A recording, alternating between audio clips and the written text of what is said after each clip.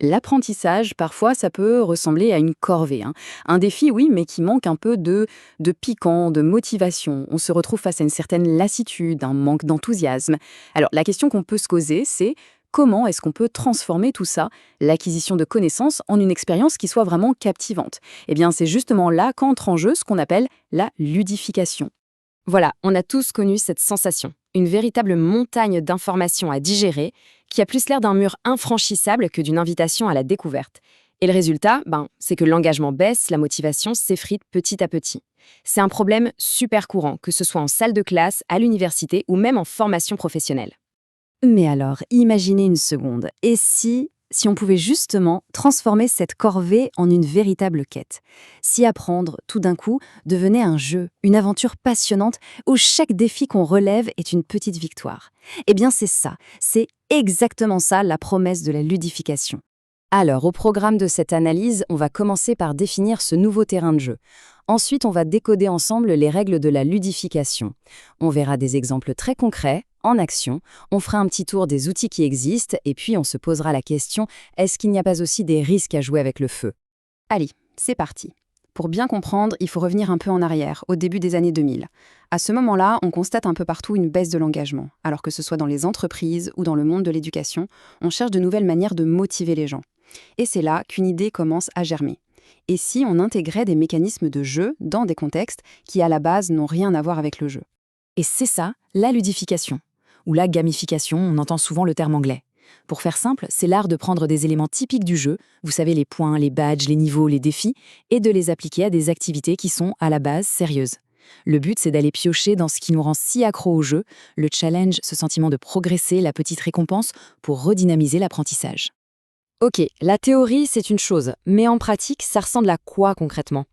Pour vraiment bien le comprendre, je vous propose de prendre un exemple qui est super parlant, l'escape game pédagogique. La mécanique, vous allez voir, elle est assez simple, mais elle est redoutablement efficace. On prend une équipe, on lui donne une série d'énigmes à résoudre, on lance un compte à rebours et on fixe un objectif très clair. Par exemple, sortir d'une pièce ou ouvrir un coffre mystérieux. Chaque petit élément est pensé pour créer une expérience super immersive et vraiment stimulante. D'ailleurs, il y a un collectif de profs super créatifs qui s'appelle Scape et qui a résumé ça en 5 E. C'est une bonne grille de lecture.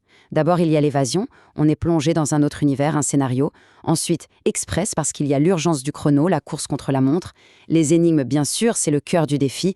L'équipe, parce que tout seul on n'y arrive pas, la collaboration est essentielle. Et le plus important, le dernier E, éduquer. Parce que derrière tout ce fun, il y a un vrai objectif pédagogique.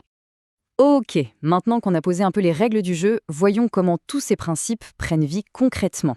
Et vous allez voir, les applications sont beaucoup plus variées qu'on pourrait le croire. On en a déjà parlé, mais l'escape game pédagogique, c'est vraiment un exemple parfait. Sa force immense, c'est qu'il rend l'apprenant complètement actif. On n'est plus dans l'écoute passive. Là, c'est place à la recherche, à la manipulation, à la déduction, à la collaboration pour résoudre un vrai problème concret. Et ce qui est génial avec ces jeux, c'est la richesse, la variété des énigmes qu'on peut y trouver. Ça peut être du codage, de la superposition de documents, de la manipulation d'objets, de l'observation très fine ou tout simplement de la logique pure. Chaque défi va faire appel à des compétences différentes et ça, c'est super parce que ça valorise les talents de chaque membre de l'équipe. Allez, on passe à un autre exemple très différent, la vidéo. Regarder des vidéos, c'est un grand classique de l'apprentissage, surtout en ligne. Le problème, c'est que ça reste souvent très passif. Eh bien, la ludification, là aussi, elle permet de changer la donne radicalement. Comment on fait? Eh bien, c'est simple. On va intégrer des interactions directement dans la vidéo. On peut par exemple y mettre des questions qui popent à de moments clés, ce qui force à réfléchir activement. Encore mieux, on peut créer des scénarios en embranchement, un peu comme dans un livre dont on est le héros, où la suite de la vidéo va dépendre des réponses. L'apprenant n'est plus spectateur, il devient acteur de son propre parcours. Et enfin, troisième exemple, un grand classique que tout le monde connaît, le quiz. Mais attention, là encore, la ludification a complètement transformé ce qui était un simple petit test de connaissances en une vraie expérience de jeu, souvent très compétitive et aussi collaborative. On pense tout de suite, évidemment, à des plateformes comme Kahoot, qui transforment littéralement la salle de classe en plateau de jeux télévisés avec le chrono, la musique, tout ça.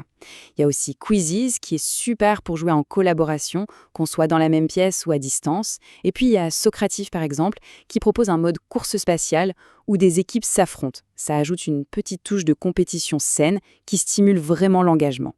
D'accord, tout ça a l'air super, mais la question c'est comment on met ça en place concrètement? Avec quels outils? Heureusement, aujourd'hui, il existe un écosystème vraiment riche et de plus en plus accessible pour les formateurs et les enseignants. Et cet écosystème, il est vraiment de plus en plus fourni. Par exemple, pour créer des escape games, les ressources du collectif Scape sont une vraie mine d'or. Pour rendre des vidéos interactives, on a des outils comme H5P ou Edpuzzle, qui sont parfaits. Pour les quiz dynamiques, on a déjà cité Kahoot et Quizzes, mais il y en a plein d'autres. Bref, cette abondance d'outils rend la ludification vraiment, vraiment accessible à tous. Bon, maintenant, il faut être honnête. Ce serait un peu naïf de croire que la ludification, c'est la solution miracle à tout. Comme n'importe quelle approche qui est aussi puissante, eh bien, elle comporte des risques, des limites, et c'est super important de bien les comprendre. C'est vraiment là qu'il faut être vigilant, parce que chaque promesse de la ludification a son revers de la médaille, son risque potentiel. Ce qu'on cherche, c'est l'engagement, mais le risque, c'est de tomber dans l'addiction. On veut de la motivation, mais si on la base trop sur la compétition, on risque de créer de la division. On vise le développement de compétences, mais on peut vite se retrouver dans une simple course au point, une banalisation de l'apprentissage. Pour le dire encore plus concrètement, le danger numéro 1, c'est que la récompense, le badge, les points, la victoire deviennent la seule motivation, et qu'elle passe complètement devant le véritable objectif qui est d'apprendre. Une compétition qui est mal gérée peut détruire un esprit d'équipe, et puis un jeu qui est mal conçu, s'il est trop facile, il est ennuyeux, s'il est trop difficile, il est frustrant. Dans les deux cas, on rate la cible. C'est un équilibre qui est vraiment fragile. Et c'est sans doute ça la conclusion la plus importante de toutes. Cette citation, elle résume tout parfaitement. Dans la ludification, surtout quand elle est pédagogique, le jeu doit rester un moyen, un véhicule pour aller quelque part.